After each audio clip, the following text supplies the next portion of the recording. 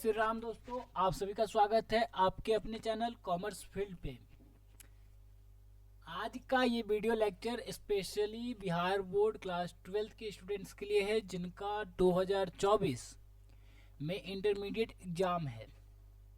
जो इस 2024 के फरवरी से इंटरमीडिएट एग्ज़ाम स्टार्ट होने वाला है, उसमें जो एग्ज़ाम देंगे स्टूडेंट्स उनके लिए है ये आज का वीडियो।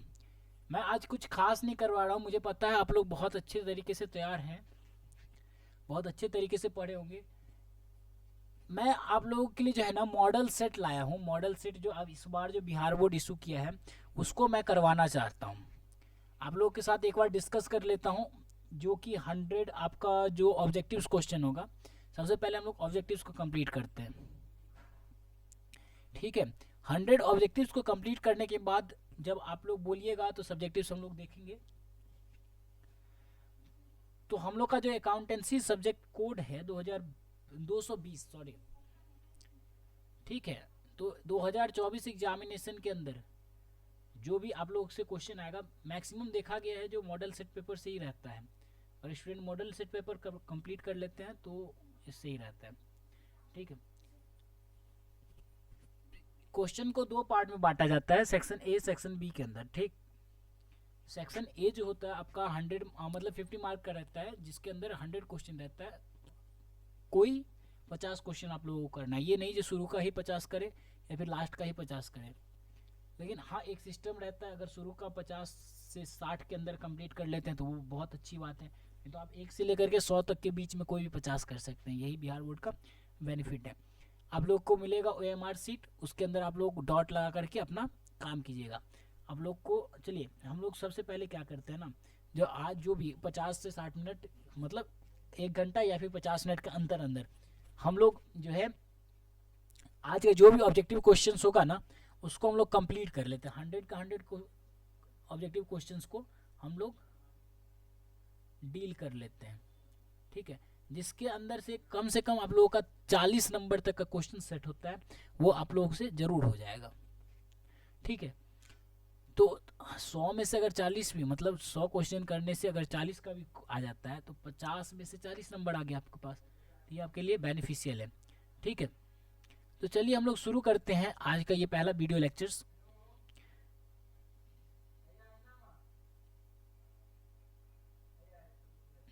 देखिए, सबसे पहला आपके पास ये इस तरीके से क्वेश्चन आएगा।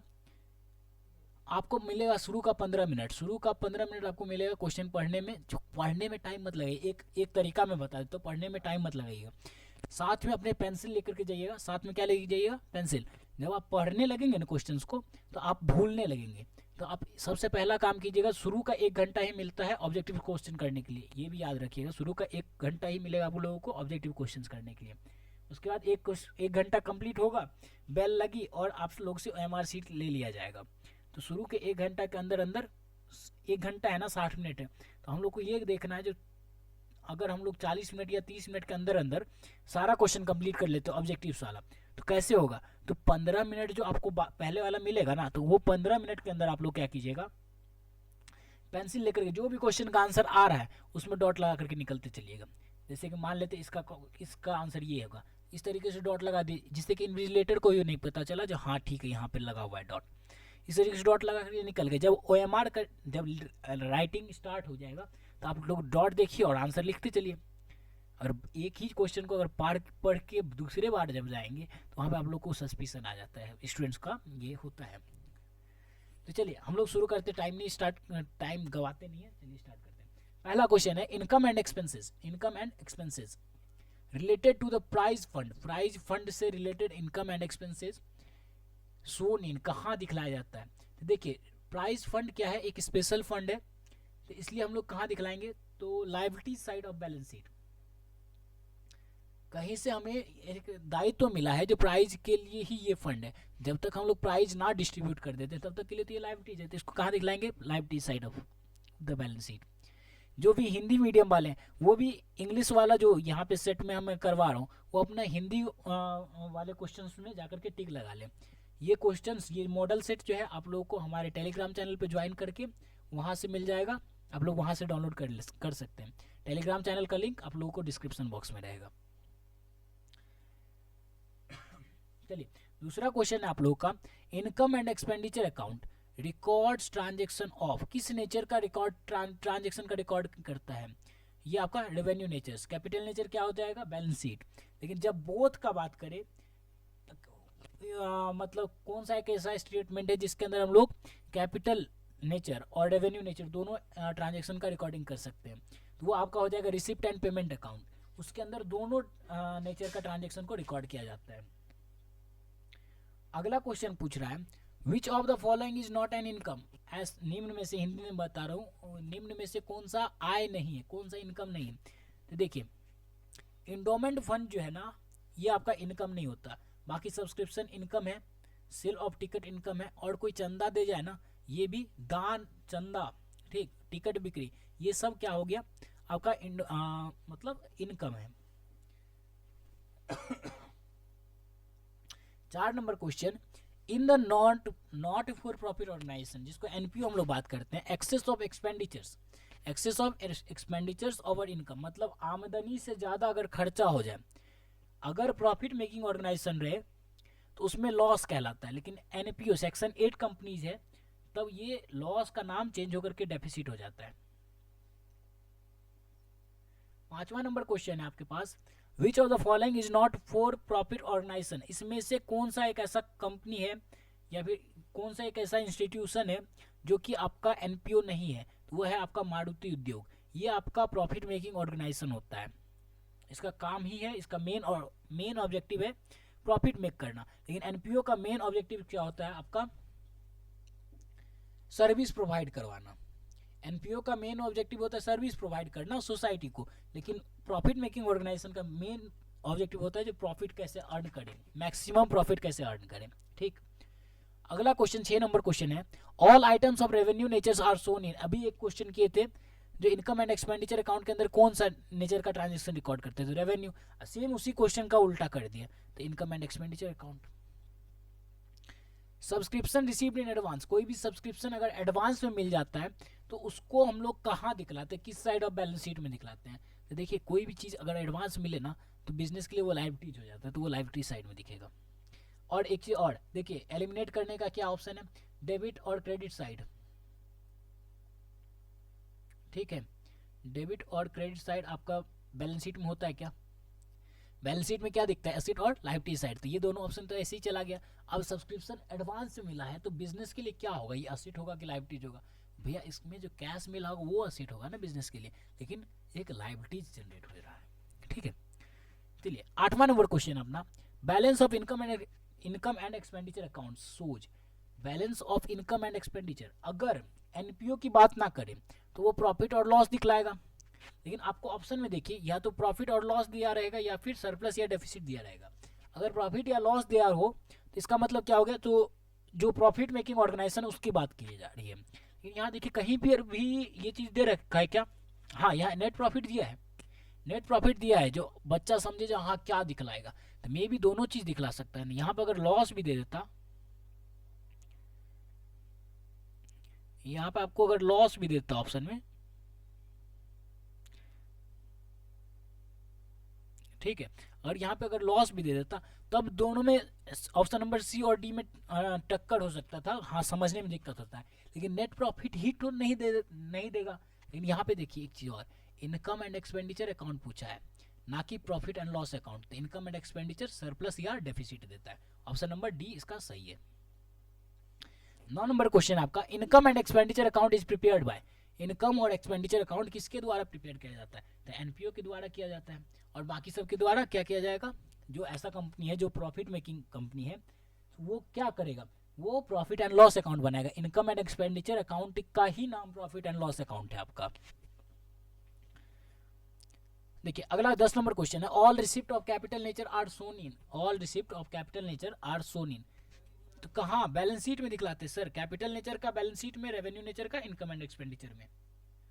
Donation received by an organisation is, देखिए डोनेशन अगर स्पेसिफिक डोनेशन लिखा हुआ रहेगा तो कैपिटल रिसिप्ट, नहीं तो ऐसे जनरल डोनेशन का ही बात किया जा रहा है यहाँ पे, तो ये हो जाएगा revenue receipt. Life membership fees received by a club, ये कहाँ क्या है, कौन सा है? रेवेन्यू रिसिप्ट है या कैपिटल रिसिप्ट? सर ये कैपिटल रिसिप्ट, क्योंकि लाइफ मेंबरशिप फी जो है पूरे पूरे बिजनेस के लाइफ में एक ही बार पे किया जाता है कि कोई भी आपका जो सब्सक्राइबर होगा वो एक बार ही लाइफ मेंबरशिप फी पे करेगा।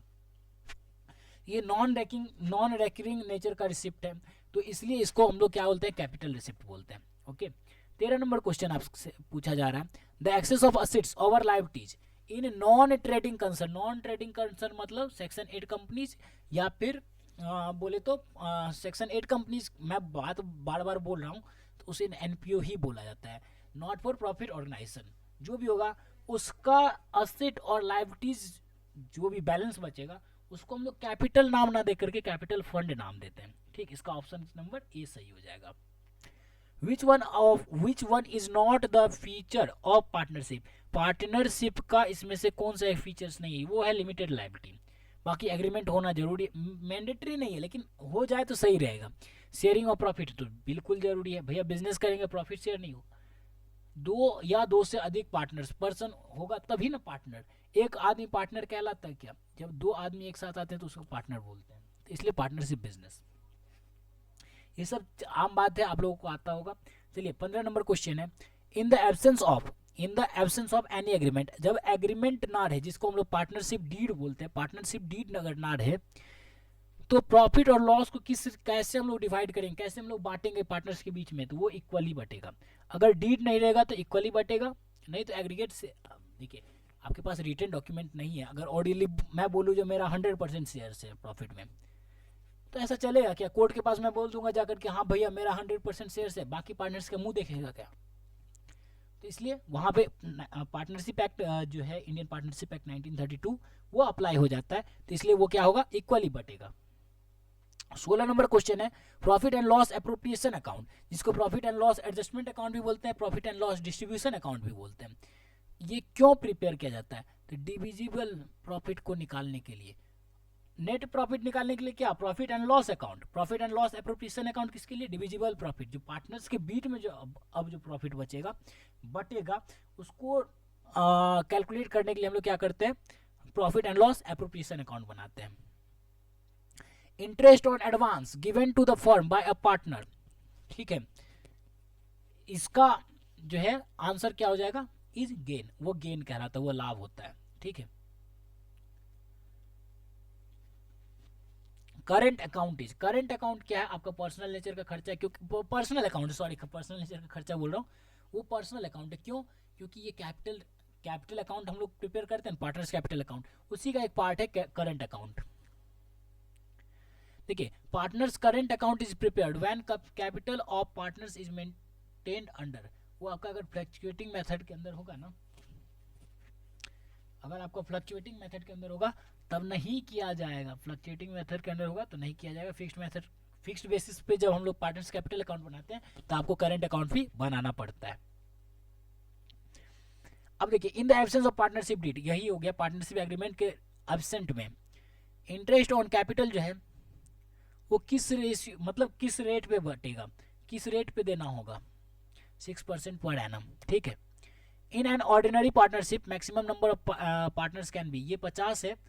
देखिए ऑर्डिनरी, ये कंपनीज एक्ट 2014 का रूल जो है, कंपनीज रूल 2014, उसके अंदर लिख रखा है 50, कम से कम 50 होना चाहिए ऑर्डिनरी पार्टनरशिप में, लेकिन वैसे आपको 200 पार्टनरशिप मैक्सिमम रख सकते हैं, पार्टनर्स 200 पार्टनर्स रख सकते हैं।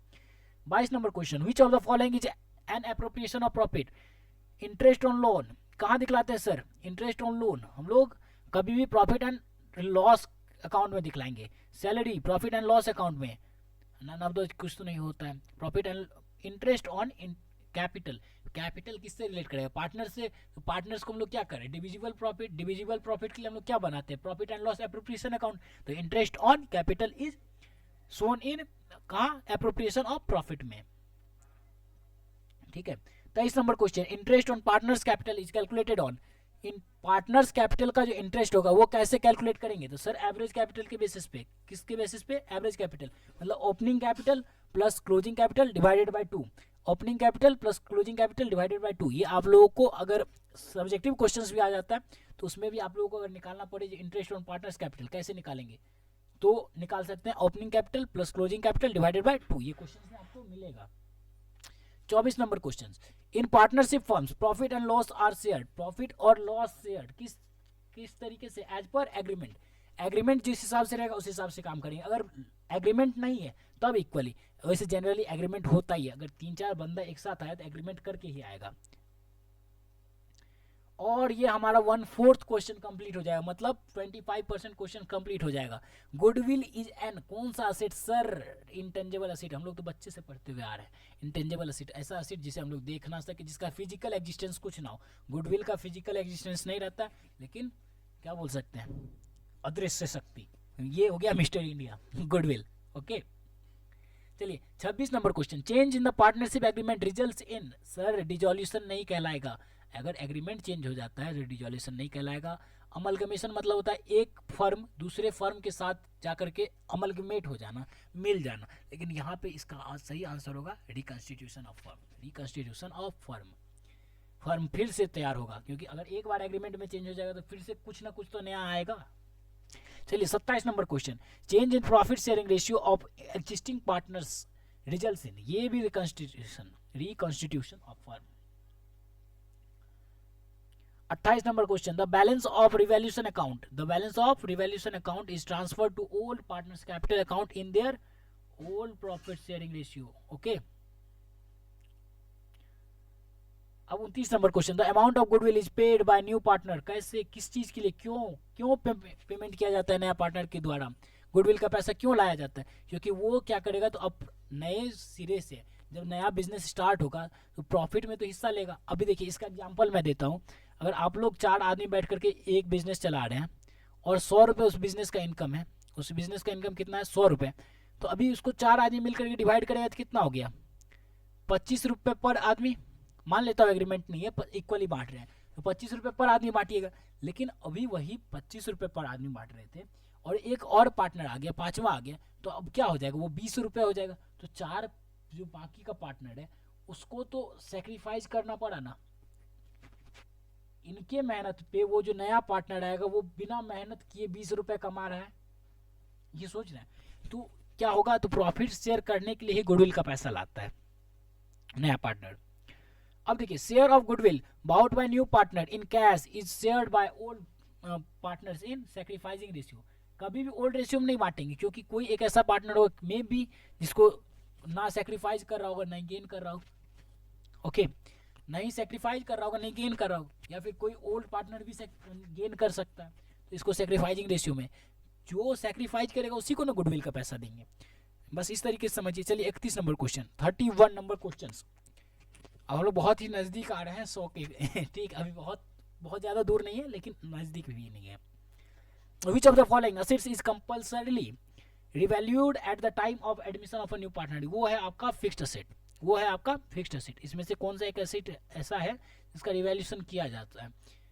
तो वो बोले तो गुडविल भी बोल सकते हैं हम लोग, ठीक है, गुडविल भी बोल सकते हैं, गुडविल का वैल्यूएशन किया जाता है, लेकिन फिक्स्ड असेट का जरूरी है, रिवैल्यूएशन फिक्स्ड असेट का ही होगा। ठीक है, ये ऑप्शन सही होगा। एक बार ऐसे आप लोगों को अगर डाउट होगा तो एक बार आप लोग भी इस क्वेश्चन का आंसर, मुझे थोड़ा डाउट आ रहा है, वैसे गुडविल भी होना चाहिए, क्योंकि हर बार जब भी मतलब नया पार्टनर आता है तो गुडविल का भी हम लोग वैल्यूएशन करते हैं।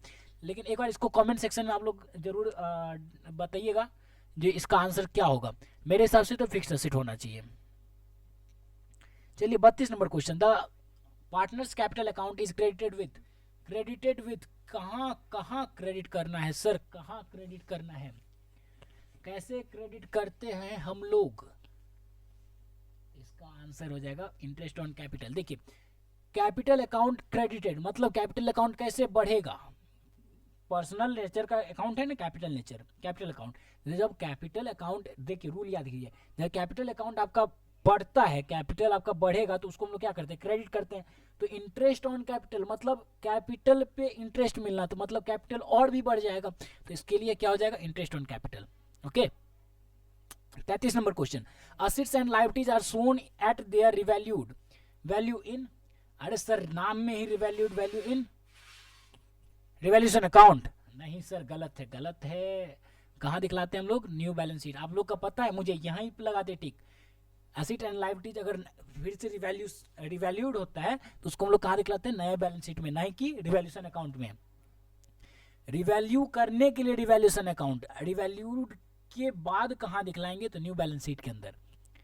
34 number question, in which ratio the cash bought in for goodwill by the new partner is shared bye existing partners. Sir sacrificing ratio, sir sacrificing ratio, जो सैक्रिफाइस करेगा वो जिस रेट से सैक्रिफाइस करेगा, कोई 5% करता है, कोई 10% करता है, कोई 100% करता है, तो वो उस हिसाब से लेकर जाएगा।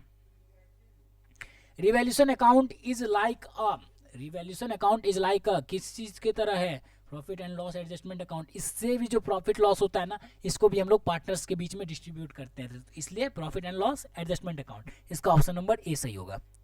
Decrease in liabilities, decrease in liabilities is मतलब सर लायबिलिटीज में अगर घाटा हो, घटेगा, तो वो आपके बिजनेस के लिए प्रॉफिट है, वो आपके बिजनेस के लिए प्रॉफिट है। कभी भी अगर मान लेते हैं लोन वगैरह रहता है हमारा, वो अगर घट जाता है तो मतलब बिजनेस में प्रॉफिट हो रहा है, मतलब बिजनेस में प्रॉफिट हो रहा है। लेकिन वहीं पर अगर मान लीजिए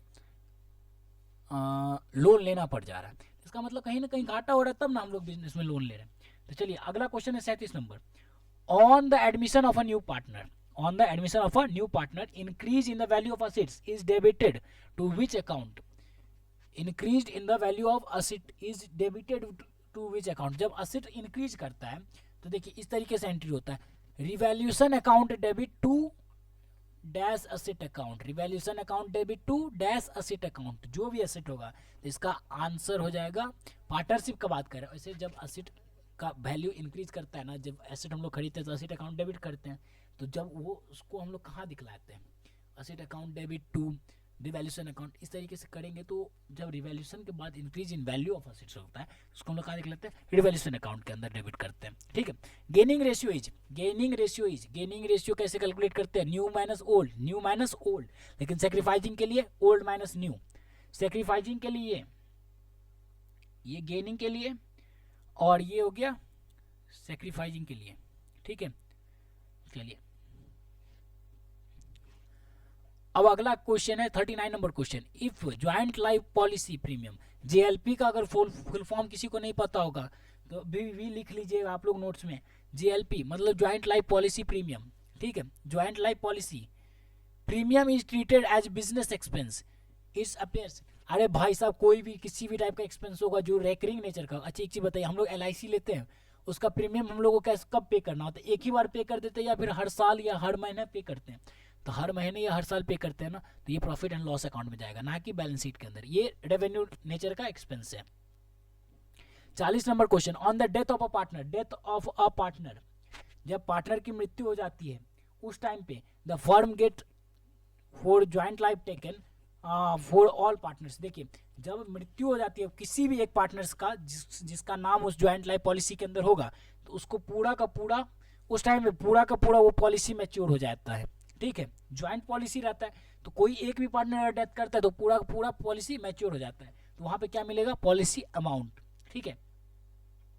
41 number question, joint life policy amount received by a firm is distributed in, joint life policy का जो भी अमाउंट मिलेगा वो फर्म में डिस्ट्रीब्यूट किस तरीके से होगा। अरे भाई साहब ओल्ड शेयरिंग रेशियो में, ओल्ड प्रॉफिट शेयरिंग रेशियो में, नया प्रॉफिट शेयरिंग रेशियो का क्या मतलब हमें। 42 number, in case of a death of a partner the whole amount transfer to कहाँ सर, उसके सक्सेसर के, सक्सेसर यहाँ पे एक चीज जानते हैं, नॉमिनी का नाम सुने, नॉमिनी का, तो नॉमिनी को ही सक्सेसर बोलते हैं, उसका लीगल हायर को ही सक्सेसर बोलते हैं, तो उसके लीगल हायर के अकाउंट में, उसको सक्सेसर के अकाउंट में, ठीक है। 43 number question, on the death of a partner the profit on revaluation is transfer to whose capital account, किसके कैपिटल अकाउंट में। अरे सर प्रॉफिट ऑन रिवैल्यूएशन है ना, तो डीजी जो मरा उसी के कैपिटल अकाउंट में डालिएगा ना, बाद में वो पैसा देते हैं हम लोग उसके सक्सेसर को, ठीक है। 44 number, dissolution of the firm partners capital accounts are closed through, ठीक है, किस कैसे। अरे सर कहाँ, बैंक अकाउंट के अंदर, अंतिम में जो भी कैश बैलेंस आएगा वो कहाँ जाएगा, बैंक अकाउंट, इसका आंसर हो जाएगा बैंक अकाउंट। देखिए a firm can be voluntarily dissolve by the partners, voluntarily dissolve, अगर ऐसे ही आमतौर पे बात में डिजॉल्व कर रहे हैं तो कैसे, जब मेजोरिटी बेसिस पे रहेगा, कम से कम 51% ऑफ शेयर्स। चलिए आ गए हम लोग 46 नंबर क्वेश्चन, 46 नंबर क्वेश्चन, जी हाँ दोस्त आप सबके सामने देखिए हम लोग 50 के नज़दीक आ गए, 50 के नज़दीक आ गए हैं, एक कर ये लाइन मिटा लूँ, ओए मिट जा, ओए मिट जा, नहीं मिट रहा है तो कोई दिक्कत नहीं है। चलिए 46 नंबर क्वेश्चन क्या पूछ रहा है, अनरिकॉर्डेड लायबिलिटीज, अभी हम लोग 45 नंबर पे थे, अभी 46 नंबर, unrecorded liabilities when paid are shown in, कहाँ हम लोग जब अनरिकॉर्डेड लायबिलिटीज होता है उसको हम लोग पे करते हैं तो कहाँ हम लोग दिखलाते हैं, तो कहाँ दिखलाते हैं साहब जी, तो इसका आंसर हो जाएगा debit side of realisation account, debit side of realisation account. ठीक है, unrecorded assets when taken over by a partners, तो कहाँ दिखलाएंगे, taken over by a partners तो कहाँ दिखलाएंगे, इसका आंसर हो जाएगा credit side of realisation account. Unrecorded assets अगर पे करते हैं, अगर अनरिकॉर्डेड असेट्स अगर पे अनरिकॉर्डेड सॉरी यार अनरिकॉर्डेड लायबिलिटीज अगर पे करते हैं तो हम लोग debit side of realisation account, और अनरिकॉर्डेड असेट अगर टेकन ओवर बाय पार्टनर्स है तो मतलब credit side of realisation account. Okay चलिए 48 number question, on dissolution of a firm, dissolution of a firm out of the proceeds, out of the proceeds received from the sale of assets will be paid first of all to, अरे भैया आप अगर कुछ भी बेचते हैं तो सबसे पहले किसको पेमेंट कीजिएगा, तो आउटसाइडर्स को ही ना, जिससे आप पहले लोन लिए रखिए उसको ना बेचिएगा, पेमेंट कीजिएगा, उसके बाद ना अपने आप में संभालिएगा, जो बाहरी जिससे ब्याज वगैरह पे लोन ले रखे उसको पहले पेमेंट कीजिए, समझे। चलिए 49 number question, insolvency of a partner executed by the court will come under which type of dissolution, यहाँ देखिए आप लोग कोर्ट देखे और आ गए, यहाँ पे देखिए आंसर क्या है, डिजोल्यूशन बाय कोर्ट, ये आंसर गलत है साहब, नाम कोर्ट पढ़ के कोर्ट में टिक मत लगा लीजिए, यहाँ देखिए option number C, on happening of certain contingencies, कोई ना कोई एक कंडीशन हुआ होगा जिसके वजह से वो डिजोल्यूशन इंसॉल्वेंट कहलाया है पार्टनर। ठीक है, कोट देख करके कोट पे मत टिक लगा लीजिएगा, नहीं तो आप लोग कोट पहन के घर में बैठे रहिएगा। चलिए 50 नंबर क्वेश्चन क्या है, 50 नंबर क्वेश्चन हमारा हाफ ऑफ द जो भी 100 का सीरीज है उसका हाफ अभी कंप्लीट हो जाएगा। देखिए 1 मिनट का टाइम है, on dissolution if a partners undertakes to make a payment of a liability of the firm, the amount to be debited is कहाँ डेबिट किया जाएगा ये अमाउंट को, इसका आंसर हो जाएगा रियलाइजेशन अकाउंट, इसका आंसर क्या हो जाएगा रियलाइजेशन अकाउंट। और हम लोग 50 का क्वेश्चन सीरीज कंप्लीट कर चुके हैं, इसके लिए आप लोग बैठे बैठे अपने जहाँ पे भी बैठे हुए वहाँ बैठ करके ताली बजाइए, जय श्री राम बोलिए, जो भी करना कीजिए, नाचिए वगैरह जो करना है। अभी हम लोग फिर से 50 और क्वेश्चन कंप्लीट करेंगे। चलिए 51 number question, on dissolutions, on dissolutions, dissolution मतलब समापन, on dissolutions when a partner takes over an assets which account is debited, which account is debited, कौन से अकाउंट को डेबिट करते हैं उस टाइम पे। क्वेश्चन आप लोग ध्यान से समझिएगा, जब हम लोग पार्टनर्स मतलब बिजनेस का समापन होता है, जब पार्टनर्स एसेट को टेक ओवर कर लेता है तो किस अकाउंट को डेबिट करेंगे साहब, तो इसका आंसर हो जाएगा पार्टनर्स कैपिटल अकाउंट, क्योंकि अभी हम लोग पढ़े थे क्रेडिट करते हैं हम लोग रियलाइजेशन अकाउंट को। यहाँ देखिए यहाँ पे कहा गया साहब ji, unrecorded asset second over by a partner, तो क्रेडिट करते रियलाइजेशन को, तो कहाँ डेबिट करेंगे, तो पार्टनर्स कैपिटल अकाउंट में। ठीक है, चलिए 52 number question, liability not appearing in the balance sheet, ऐसा लायबिलिटी जो बैलेंस शीट के अंदर नहीं दिखाया गया लेकिन उसका डिजोल्यूशन के टाइम पे हम लोग पेमेंट किए, तो उसको हम लोग क्या बोलते हैं, अनरिकॉर्डेड लायबिलिटीज। अरे भैया जो लायबिलिटीज को रिकॉर्ड नहीं की लेकिन उसका पेमेंट करेंगे तो उस लायबिलिटीज को क्या नाम देंगे, unrecorded liabilities. 53 number question, 53 number question, यहाँ तक में 52 नंबर क्वेश्चन तक में आपका एनपीओ और पार्टनरशिप ये दोनों कंप्लीट हो चुका है। आपको हम एक चैनल का लिंक डाल देंगे, अपने ही मेरा ही चैनल है दूसरा चैनल, जिसमें कुछ लेक्चर दे रखा है वन शॉट करके। अगर आप लोगों को एनपीओ और पार्टनरशिप में कुछ लेक्चर है, याद नहीं है मुझे जो एनपीओ मैंने करवाया या नहीं, वहाँ पे आप वन शॉट दे रखा है, थोड़ा देखिएगा आप लोग, कुछ कंसेप्ट जरूर क्लियर हो जाएगा।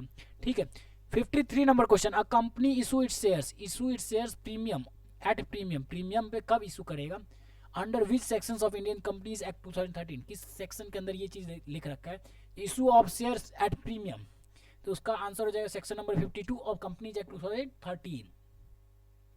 54 number question, which account should be debited when shares are issued to promoters को जब शेयर्स इशू करते हैं तो प्रमोटर्स अकाउंट को डेबिट करते हैं और शेयर कैपिटल अकाउंट को क्रेडिट कर देते हैं। 55 number question, capital included in the liabilities of a company is called paid up capital, is called paid up capital. 56 number question, securities premiums is shown under which head of the balance sheet, ये हो जाएगा आपका reserve and surplus. 57 number question, आसान आसान question है, हिंदी वाले जो भी हिंदी के स्टूडेंट्स हैं, जो भी हिंदी मीडियम में लिखेंगे वो इसी सेम क्वेश्चन का आप लोग हिंदी में आंसर कर लीजिएगा। When amount is due on any call but it is not received then sought, अरे भैया आपने अमाउंट ड्यू कर दिया, कॉल कर लिया, लेकिन वो अमाउंट रिसीव नहीं हुआ। जब कॉल करने के बाद अमाउंट रिसीव नहीं होता तो कॉल्स इन एरियर, जब कॉल ना किए और अमाउंट रिसीव हो गया हो तो calls in advance. 58 number question, which of the following should be deducted from the called up capital to find out paid up capital. अब एक चीज देखिए, कॉल किया हम 100 रुपए, पेडअप निकालना है, आया कितना 90, तो पेडअप अपना 90, तो मतलब क्या 10 नहीं आया, 10 नहीं आया, इसका मतलब क्या calls in arrear.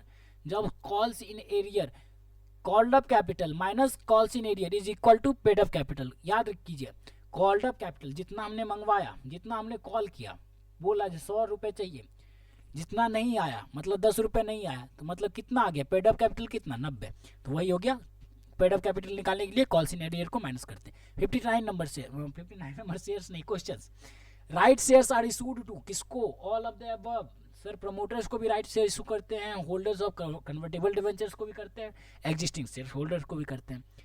A new company can not issue it's shares at discount, sir जान लीजिए डिस्काउंट पे इशू नहीं कर सकता है शेयर। अ कंपनी हैज, अरे सर सर सर सर सब कुछ सर, अरे सब कुछ होता है कंपनी के पास सर, सेपरेट लीगल एंटिटी भी है, लॉन्ग टर्म एग्जिस्टेंस भी है जिसको परपेचुअल एग्जिस्टेंस बोलते हैं, लिमिटेड लायबिलिटीज भी होता है, ठीक है। 62 number, discount allowed on reissue of forfeited shares is debited to. Reissue जब किया जाता है तो उस टाइम में किसको डेबिट किया जाता है, शेयर फॉरफिचर अकाउंट को डेबिट किया जाता है, क्योंकि डिस्काउंट अमाउंट जो है इसी से मैनेज किया जाता है। एंट्री क्या होता है, न्यू शेयर मतलब जो भी होता है, कैश और bank account debit to share forfeiture account debit. क्यों, क्योंकि जो वो देखिए कैश और बैंक से आ गया 100 पूछ ले, 10 रुपए का शेयर है, कैश और बैंक में आपके पास 8 रुपए है, और शेयर कैपिटल में कितना लिखना चाहिए 10 रुपए का ही पूरा, तो 2 रुपए कहाँ से लेंगे हम लोग शेयर फॉरफिचर से, ठीक है। शेयर में भी इशूड एट, अरे सर सर सर सर सब कुछ पे शेयर हर चीज पे इशू किया जाता है, लेकिन वैसे बोले तो डिस्काउंट पे इशू नहीं करना चाहिए। कंपनी एक्ट और कंपनी रूल्स भी ये बोलता है जो डिस्काउंट पे इशू नहीं होता है, लेकिन हम लोग डिस्काउंट पे भी इशू अब नहीं होता है लेकिन करते थे। यहाँ पे अगर एट पार भी होता है, एट प्रीमियम भी होता है, अगर दोनों को लगाना चाहिए, तीसरा को क्यों हम लोग भेदभाव से दूर करें, भैया तुम भी सही। इसका आंसर क्या हो जाएगा, all of this above, all of the above या फिर all of these. Question number 64. When shares are forfeited, the share capital account is debited with the share capital account is debited with the called up values of shares. Passage number question. To whom dividend is given at fixed rate in a company? Sir, dividend और fixed rate पे वो preference shares वाले को, interest और fixed rate पे debenture holders वाले को।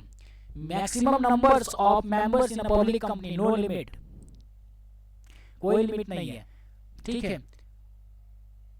Pro rata allotment जिसको प्रोपोर्शनेट अलॉटमेंट हम लोग बोलते हैं, शेयर्स का कब किया जाता है, जब ओवर सब्सक्रिप्शन का केस हो, जब ओवर सब्सक्रिप्शन का केस हो। Rate of interest on debentures कब, किस रेट पे, फिक्स रेट पे।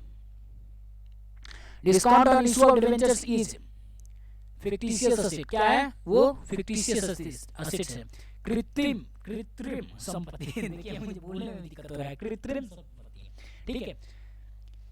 70 नंबर क्वेश्चन, 70 नंबर क्वेश्चन, ठीक है 70 तो 70। For a company premium on issue of debentures is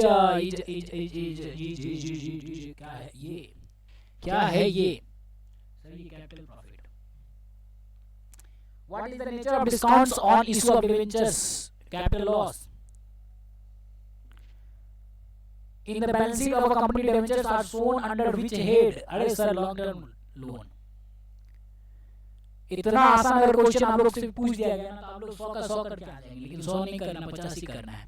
debentures which are transferred by mere delivery, अरे सर मेयर आ रहा है ना, मेयर डिलीवरी जहां दिखेगा बियरर मार दीजिएगा, bearer debentures. Consideration of debentures, debentures पे कभी डिविडेंड नहीं दिया जाता, इंटरेस्ट दिया जाता है। Debentures is the part of किस चीज का, long term borrowing. 76 number, premium on redemption of debentures account is, अरे सर रिडम्पशन ऑन डिवेंचर्स है ना, redemption on debentures sir capital personal account, sorry capital ऐसी कई चीजें ये। The balance on discount, the balance of discount on debentures is shown in the balance sheet. Balance sheet के किस side में हम लोग दिखाते हैं इसको, असेट साइड में, डिस्काउंट वाला।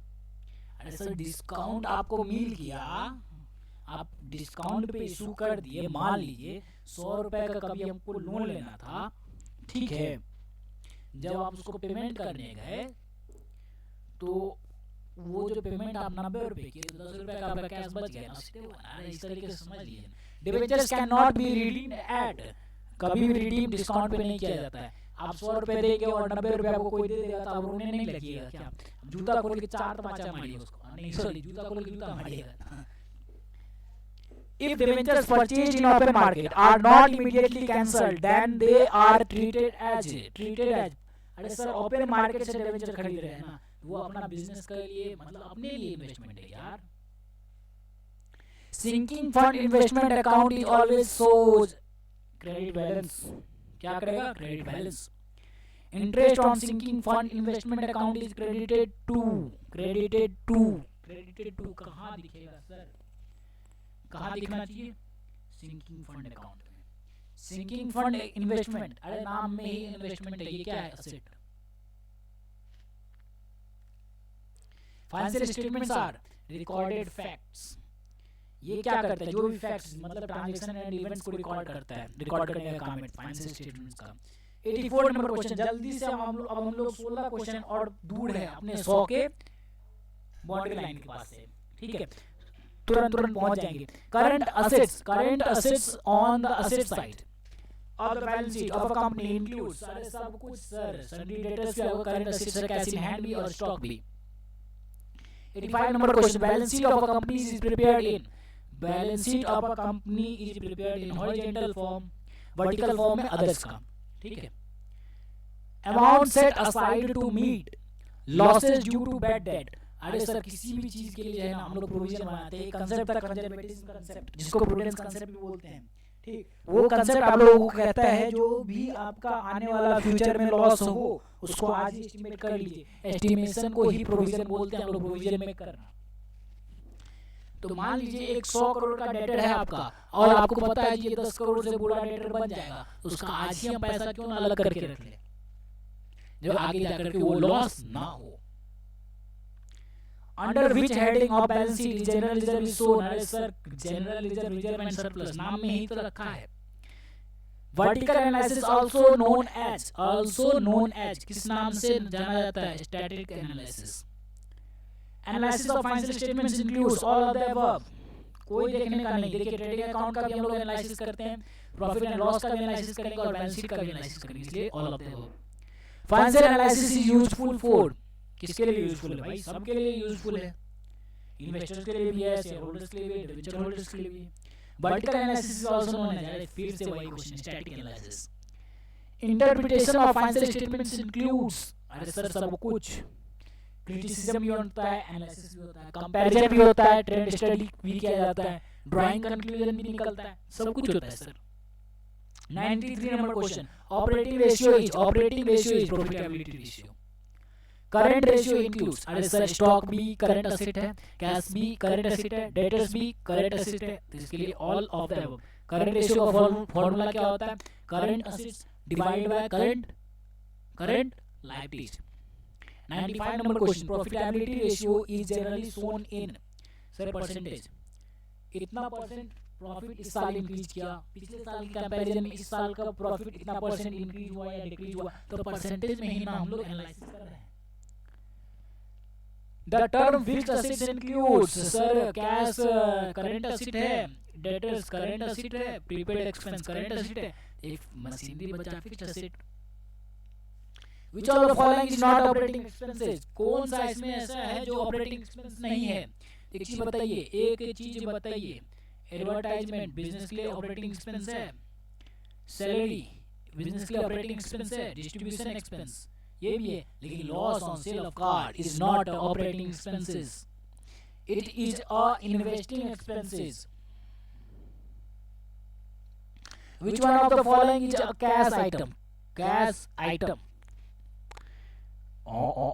Cash item. डेप्रिसिएशन पे कोई भी कैश नहीं मिलता, गुडविल राइट ऑफ करने पे कोई भी कैश नहीं मिलता, प्रोविजन फॉर बैड डेट बनाने में भी कोई कैश नहीं आ रहा है, लेकिन कैश सेल करने पे कैश आ रहा है या जा रहा है, आता है, सेल करने पे आता है। Which of the following is not a cash inflow? इसमें से कोई एक ऐसा ऑप्शन है जिसमें कैश इनफ्लो नहीं हो रहा है, कैश आउटफ्लो हो रहा है। सेल ऑफ फिक्स्ड एसेट, एक चीज बताइए, सामान बेचेंगे, कोई फिक्स्ड एसेट बेचे, मान लीजिए कार है फिक्स्ड एसेट, उसको हम लोग बेच दिए तो पैसा आएगा? आएगा sir. Issue of debentures, issue of debenture, debenture issue करेंगे, पैसा आएगा सर? हाँ सर, आ जाएगा sir. Sale of goods for cash, cash के बदले में सामान को माल बेच दिए, मतलब सामान बेच दिए, तो क्या कैश आएगा? हाँ सर, आएगा। लेकिन जब सर खरीदते हैं फिक्स्ड एसेट तब कैश आएगा? मतलब कोई मान लेते हैं एक मेरे कंपनी के लिए एक कार की जरूरत है, एक कार खरीदेंगे तो क्या पैसा भी देगा कंपनी वाला? नहीं सर, सर यही तो आउटफ्लो है सर, इसका ऑप्शन नंबर बी। चलिए last question, 100 number question, which of the following is considered as cash equivalent? हाँ चलिए हम लोग खत्म कर रहे हैं। Treasury bill, trade bill, liquid short term investment. लेकिन एक चीज याद रखिए, कभी भी cash and cash equivalent calculate करना पड़े तो तीनों को जोड़ दीजिएगा, इसका आंसर हो जाएगा ऑल ऑफ द अबव। और आज की सभा हम लोग समाप्त करने की और है, हम लोग समाप्त कर रहे हैं।